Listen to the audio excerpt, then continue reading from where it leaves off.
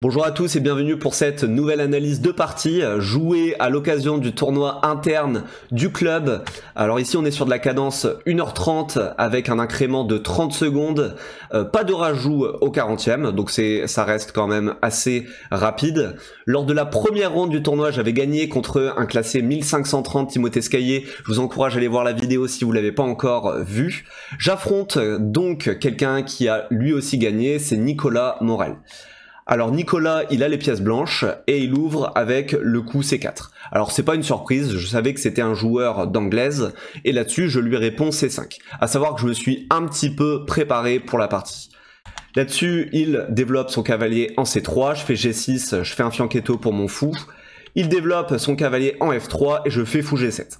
Alors ici j'avais analysé ses parties sur Lichess et j'ai vu que dans certaines parties dernièrement, il avait joué directement le coup D4. Et sur le coup D4, je m'étais préparé, j'avais prévu en fait de capturer le pion et après cavalier prend, jouer cavalier C6. Ici, l'ordinateur préfère cavalier C2. C'est le meilleur coup de l'ordinateur, mais c'est un coup que je trouve très difficile à jouer si on connaît pas. Et donc là-dessus, je l'attendais un peu plus sur le coup cavalier prend. Sur le coup cavalier prend, on a envie de reprendre du pion B, on se dit bon, un pion de l'aile devient un pion ramené vers le centre, mais ici, je sais que l'ordinateur aimait beaucoup le coup D prend C6, et je comptais lui jouer ça pour le surprendre, et après l'échange des dames, dame prend, roi prend, ici c'est une position parfaitement égale, je vais juste mettre mon roi en C7, on va développer nos pièces et ça va être une partie du jeu d'échecs. Donc je comptais le surprendre avec cette petite prépa. Mais ici, il n'a pas joué le coup D4 directement, ici il a joué le coup E3. Alors E3, j'ai vu aussi qu'il le jouait. E3 logique permet de préparer la poussée D4. Alors sur ce coup, je joue cavalier F6, et maintenant il joue D4. Alors sur D4, je capture le pion D, c'est pour ça que j'avais mis mon pion C à la base. Il recapture du cavalier. Alors ici, première surprise, je l'attendais plus sur un coup comme pion prend D4, mais après coup, je me dis pourquoi pas reprendre du cavalier en fait. À savoir que s'il avait repris du pion E, là-dessus je comptais lui jouer D5 pour avoir une partie du style Grunfeld. On est dans le même type de structure ici. Mais comme il n'a pas pris du pion et qu'il a pris du cavalier, eh ben je change mes plans et ici je joue le coup cavalier C6. Alors pareil sur cavalier C6, je me dis s'il fait cavalier prend, bah je comptais encore prendre du pion D parce que je me dis ça change pas grand chose, c'est juste que bah j'ai mon cavalier en F6, je vois pas pourquoi la position serait différente, je compte faire le même plan que prévu. Mais là-dessus il prend pas le cavalier. Il décide de développer son fou en D3. Et maintenant qu'il développe son fou en D3, ben je capture le cavalier. Alors ça peut sembler un peu bizarre, mais en fait je me dis ok, il va prendre du pion, évidemment c'est ce qu'il fait, et je me dis je vais jouer D5. Mais après, ce qui m'embêtait sur D5 immédiatement, en fait D5 j'ai envie de le jouer parce que bah, ça va lui isoler un pion. S'il fait pion prend, cavalier prend, ben, son pion D est isolé. Et ça c'est quelque chose que j'aime bien jouer, c'est quelque chose de parfaitement égal je pense. À savoir que si j'échange des pièces et que lui a un pion isolé, ce pion D va être une faiblesse. Mais ici sur D5, je calcule un peu. Ce qui m'embêtait c'est que après C prend D5, cavalier prend, il a des coups du style fou B5 échec. Alors fou B5 échec, là-dessus c'est fou D7 quasi forcé. Et je me dis ok, mais maintenant il peut jouer dame A5. Et sur dame A5, je suis un petit peu embêté parce que je peux pas faire le roc, parce qu'il gagne le fou. Pareil, je peux pas prendre, parce qu'après dame échec, il a une deuxième attaque sur mon cavalier en plus de faire échec. Donc c'est une fourchette, et je perds le cavalier. Donc là-dessus, qu'est-ce que je joue ? Et en fait, maintenant j'ai l'ordinateur sous les yeux, donc je peux vous dire les coups de l'ordinateur. L'ordinateur dit, pas de souci, là-dessus tu joues cavalier C7 ou cavalier B6. Il préfère très légèrement cavalier B6, qui vient en fait attaquer la dame.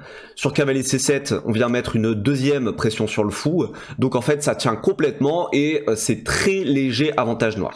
Mais ça n'empêche que cavalier C7, cavalier B6, moi j'ai pas vu pendant la partie, donc c'est pour ça que j'ai décidé de ne pas faire D5. À la place de D5, je joue petit roc, et là je croise les doigts pour que lui ne joue pas D5 à ma place. Parce que s'il joue D5, les blancs ils ont un peu plus d'espace, et là la position devient légèrement plus agréable pour eux. Ça c'est quelque chose que j'avais pas trop envie de jouer. Mais là-dessus il a blitzé, et il a joué extrêmement rapidement le coup fou E3. Ça doit être un des coups qu'il a joué le plus rapidement, et je suis hyper content. Parce que là-dessus je me dis ok, moi aussi je joue quasiment instantanément D5, et au moment où je joue D5, je sais que je suis bien, et en plus, on va jouer un pion isolé. Son pion D, en fait, va être une faiblesse à long terme.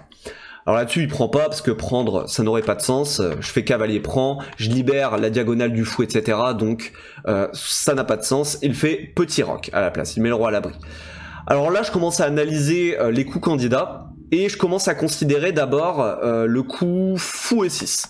Je me dis fou E6 c'est bien, ça met une deuxième pression sur le pion C4, mais j'élimine assez vite parce que je me dis ok, bah il peut faire C5. Et après avoir fait C5, mon fou ici il est un peu bête. Alors j'aurai toujours des leviers du style B6, donc je pense que C5 c'est pas dramatique, mais ça n'empêche que le fou faudra que je perde un temps à le replacer, etc. Donc je vois pas trop l'intérêt de fou E6.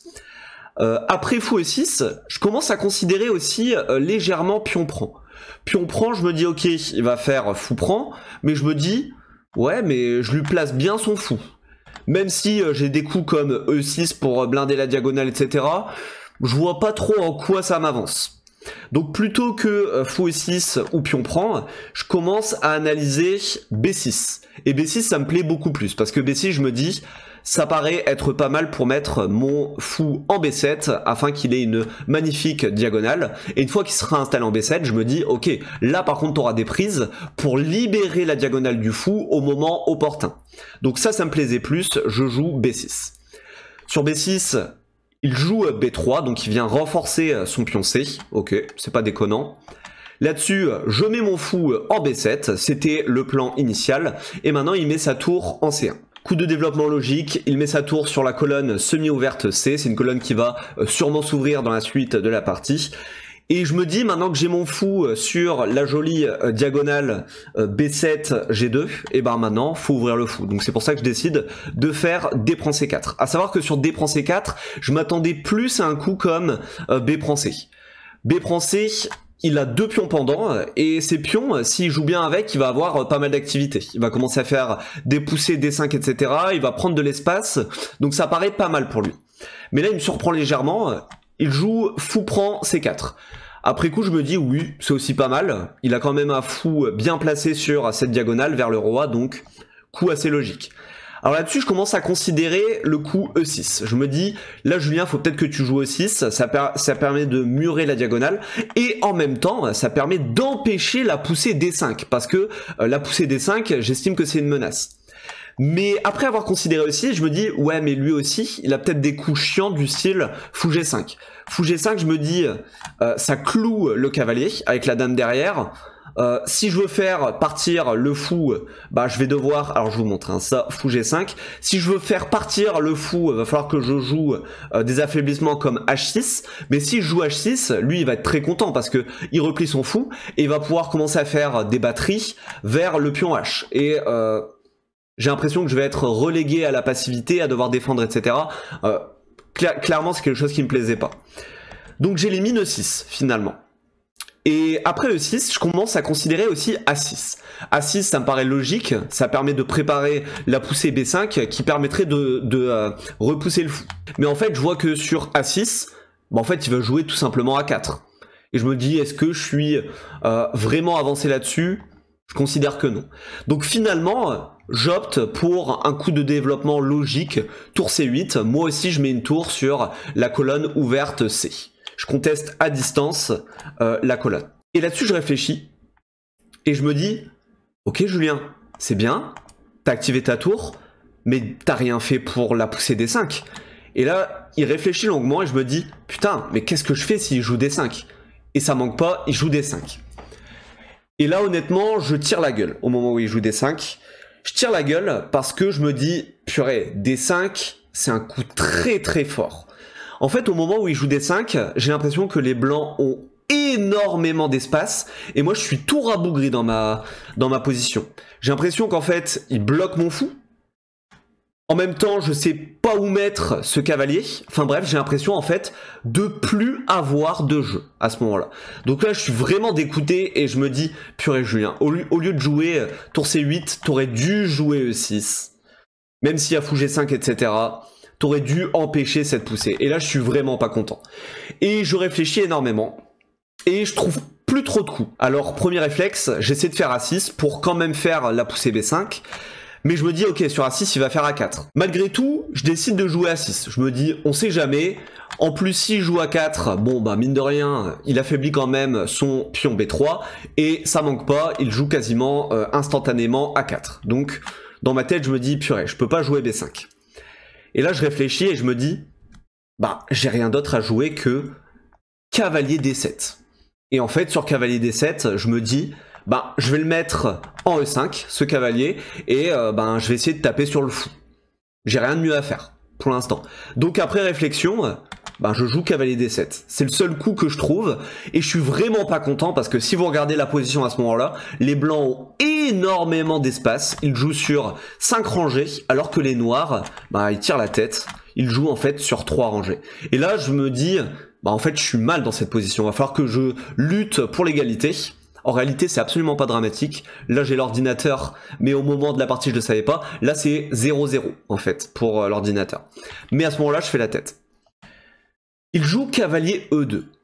Alors là cavalier E2 c'est le premier coup qui me surprend énormément, je me dis pourquoi il joue ça en fait? Je me dis le cavalier était super bien placé, pourquoi il le replie? Alors je me dis ok, peut-être qu'il veut le remettre ici, peut-être qu'il veut le remettre ici, je sais pas. Mais le coup me paraît très faible en fait. Et surtout, je me précipite sur cavalier E5. C'est pour ça que j'avais fait la manipulation cavalier D7 pour faire cavalier E5. Et là, bah, il me permet de le faire, donc je suis hyper content. Alors à savoir que pendant la partie, et avant de jouer cavalier D7 aussi, j'avais calculé ok, qu'est-ce que tu joues sur D6 ? Et sur D6, j'avais passé beaucoup de temps à réfléchir, et je m'étais dit au départ, bah peut-être que tu peux jouer E6. En jouant E6, je lui envoie le message, ok, t'as voulu envoyer ton pion à D, mais maintenant il est faible. Et je me dis, peut-être qu'il y a moyen de le gagner ce pion, en mettant des attaques dessus, etc. Mais en fait, j'ai éliminé parce que... c'est pas si facile de gagner le pion. En fait, il va pouvoir s'y accrocher, il va pouvoir mettre par exemple son fou en F4 pour le tenir, etc.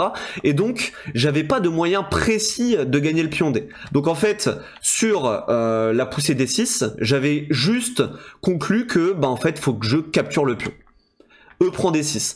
Et là-dessus, j'avais vu, peut-être qu'il va jouer Dame prend D6. Et je comptais, en fait, tout simplement jouer tour C6 pour repousser la Dame. Et je m'étais dit, ok, bon, ça a l'air de tenir. Là, l'ordinateur, il dit que c'est parfaitement égal. Donc, effectivement, ça tenait. Donc, c'est pour ça que je m'étais permis de faire cavalier D7. Quand même, je me disais, faut calculer D6. Mais lui, il n'a pas fait D6. C'est le coup que je voyais pour lui. Il a décidé de faire, comme je vous l'ai dit, cavalier E2, et donc je me suis précipité sur le coup cavalier E5. Cavalier E5, je suis très content. En fait, j'envisage tout simplement de capturer le fou. J'aurais été très content de le capturer. Sur cavalier E5, Nicolas joue fou D4. Et fou D4, c'est un coup que j'avais calculé, parce que j'avais vu ce pseudo-clouage arriver, entre guillemets. Alors, c'est pas vraiment un clouage, parce que de toute façon, le roi protège mon fou. Mais sur ça, j'avais passé pas mal de temps à voir que je pouvais faire fou prend D5. Et sur fou prend D5, j'avais vu que le plus fort pour lui, c'était de faire fou prend E5. Et après fou prend E5, je comptais juste faire fou prend C4. Alors ici, l'échange des dames n'est absolument pas une menace, parce que s'il fait dame prend, je fais tour prend. Et je suis même content en fait de retirer ma tour du viseur, parce que s'il fait fou prend G7, ma tour est attaquée, etc.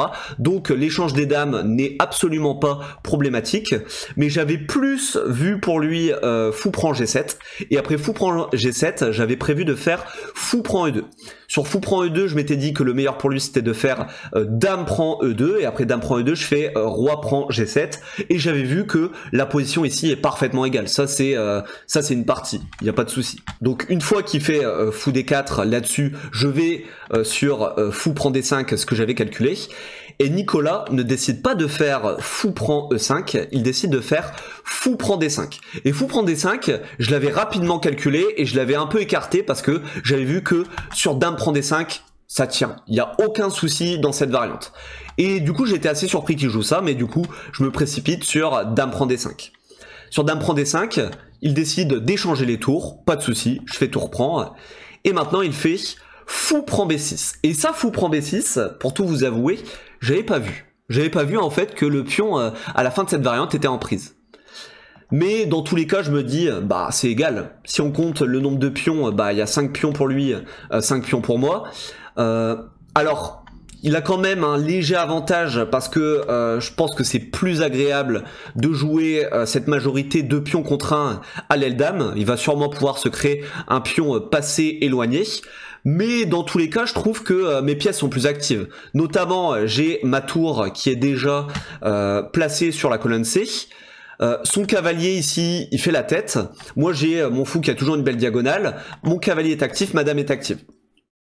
Et maintenant qu'il joue fou prend B6, j'écarte directement dame prend D1, parce que sur dame prend D1, je vois que ça active juste sa tour, donc aucun intérêt à jouer ce coup. Et donc j'en déduis que je dois bouger cette dame. Je considère les coups dame B7 et dame C6. Je calcule et je me dis, ok, c'est peut-être du pareil au même. Mais finalement, j'opte pour dame B7. Dame B7, je préfère parce que je me dis, ok, j'attaque le fou. Il y a le pion derrière, quand même. C'est un atout. Et je me dis que peut-être que sur dame C6, il a des cavaliers D4 qui peuvent être embêtants. Donc je me dis, ok, dame B7, pour ça, ça a l'air un peu plus fort. Sur dame B7, j'avais vu qu'il pouvait pas faire le coup A5. Parce que s'il jouait A5, j'avais prévu cavalier D7. Cavalier D7 qui vient mettre une deuxième pression sur le fou. Et le fou doit bouger. Donc par exemple, il doit repartir en E3. Et j'ai vu que j'attaque le pion B3. Mais actuellement, je peux pas le prendre parce que j'aurai le cavalier en prise. Mais j'avais vu que je pouvais rebouger le cavalier. Et maintenant, je menaçais de prendre le pion. Et surtout, ce pion, il est faible. Donc il va galérer à le défendre. Donc je me suis dit, pas possible pour lui de jouer A5. Et évidemment, il ne joue pas A5 sur dame B7, il décide de replier le fou. Il le met en E3. Alors maintenant qu'il met le fou en E3, je commence à considérer vite fait tour B8. Mais sur tour B8, j'ai vu qu'il pouvait tout faire tenir par cavalier C1. Et une fois qu'il faisait cavalier C1, je voyais pas trop comment progresser. Surtout la tour qui était sur la magnifique colonne C. Maintenant, je l'ai redéplacée sur la colonne B. Et malheureusement, j'ai pas autant de jeu que ça sur le pion B3. Donc j'avais l'impression de pas améliorer ma position. Donc à la place de tour B8, je fais le coup cavalier C6. En fait, je me dis que le cavalier ici, il faut que je le replace. En E5, je le trouvais un peu bizarre. Et je le replace en C6, je me dis que j'aurai peut-être un petit chemin via la case A5 pour mettre une deuxième pression. S'il avance le pion, je me dis que j'aurai une magnifique case en C4. Là-dessus, il décide de faire dame B1. Donc il met sa dame derrière le pion B3. Et maintenant, il laisse aussi la place pour la tour. Et là-dessus, je joue comme prévu le coup cavalier A5. Je mets une deuxième pression sur le pion. Et là-dessus, j'avais vu en fait qu'il allait pousser le pion. C'est ce qu'il a fait. Et j'avais calculé en fait cavalier C4. Et sur cavalier C4, en fait, je me dis, ben, on va juste échanger le cavalier contre le fou. Et s'il me laisse prendre, je suis hyper content parce que je lui isole un pion. Je me disais, c'est plutôt pas mal. En plus, je me retrouve dans une finale où j'ai un fou dans une position extrêmement ouverte, alors que lui a un cavalier qui fait pour l'instant la tête en E2. Là-dessus, il fait tour C1, et en fait, là-dessus, je comptais juste échanger le fou, c'est ce que je fais cavalier prend. Il échange les tours en intermédiaire, je fais dame prend, il fait pion prend, et dans cette position, le premier coup qui me vient à l'esprit, c'est fou H6. Fou H6 en fait pour directement taper sur la faiblesse E3. Mais après avoir considéré le coup, je me dis ok, il va faire roi F2. Et sur roi F2, je commence à calculer certaines variantes. Par exemple, je calcule vite fait dame E6 qui met une deuxième pression sur le pion E3, mais je me dis ok, il fait tout tenir avec dame D3. Alors j'ai arrêté là le calcul parce que j'avais quasiment plus de temps, j'avais même pas 15 minutes. Et en fait là, maintenant que j'ai la position sous les yeux, je vois que Dame F6 échec a l'air très embêtant pour les blancs. D'ailleurs il donne comme meilleur coup Roi G3, ce qui me paraît difficile à trouver. Alors peut-être qu'il aurait trouvé, hein, parce que lui il avait du temps, mais quand même, le roi il fait un peu peur en G3. Donc finalement, j'opte pas pour ça. Et je me dis aussi, dans cette position, Dame C7 a l'air pas mal, parce que je mets une pression sur le pion H2. Mais là-dessus, je me dis, ok, il fait tout tenir avec H3, et je vois pas ce que j'ai. Donc c'est pour ça que finalement, je me dis, fou H6, il y a peut-être mieux à jouer que ça. Et là, je commence à considérer le coup Dame C4. Sur Dame C4, je me dis, ah, c'est peut-être plus précis. J'attaque le cavalier, et en même temps, je peux faire coulisser ma dame quelque part sur la 4e rangée. Donc, ça a l'air pas mal. Mais là-dessus, je me dis, ok, il va encore jouer peut-être Roi F2. Je vois même qu'il peut peut-être jouer cavalier F4, en fait. Et donc, pareil, j'élimine vite fait, je me dis, bon, c'est peut-être pas le top. Et finalement, je tranche pour un des deux coups, je décide de faire fou H6. Et après fou H6, il réfléchit assez longtemps. Donc je suis très content parce que je me dis, ok, je lui pose des problèmes. Et ici, il joue Dame 4. Après avoir joué Dame 4, il me propose nul. Alors il me propose nul. Faut savoir que lui, il a 2 fois plus de temps que moi. Parce que moi, j'ai une petite quinzaine de minutes. Lui, il en a une trentaine et quelques. Donc il a beaucoup plus de temps que moi. J'analyse la position. Je me dis, ok, avec Dame là, il défend sa faiblesse, il attaque mon pion E, et je me dis, certes, je vais avoir du jeu sur son pion faible, certes, j'ai un fou et lui a un cavalier dans cette position ouverte, mais je me dis, il va avoir du jeu aussi avec sa majorité à l'aile Dame 2 contre 1. Et ça, je me dis, son plan de jeu est plus simple que le mien qui va être de trouver du jeu avec mes pions E et F.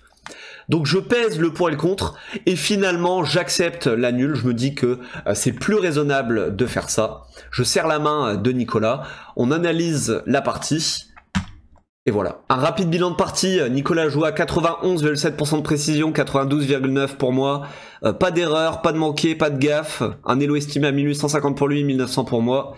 On y va pour l'analyse. Donc il va arrêter ici l'analyse, mais on va continuer un peu quand même.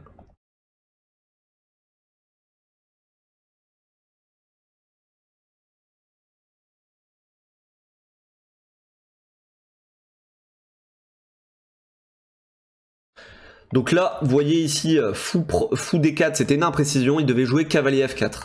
Cavalier F4 pour activer le cavalier. Parce que là, il fait un peu la tête en E2.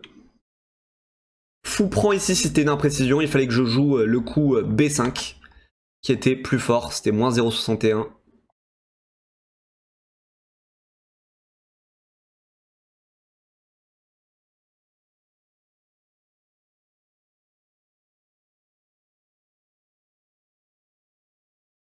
Puis on prend qu'il y a un excellent coup, il exagère un peu, hein, c'était le seul coup. Et ici, fou H6 c'était une imprécision, il fallait que je joue Dame C4, c'est le coup avec lequel j'avais hésité, Dame C4 malheureusement. Dame C4 était plus fort, c'était moins 0,85, ça veut dire au final légèrement plus agréable pour moi, mais bon ça reste nul hein, quand même. Et d'ailleurs sur Dame E4, le coup sur lequel il me propose nul, bah c'est une imprécision. Moins 0,60, il devait plus jouer... D'accord, Dame B3. J'espère que vous avez aimé l'analyse de cette partie, n'hésitez pas à me dire ce que vous en avez pensé en commentaire. À la prochaine pour une nouvelle vidéo, ciao ciao.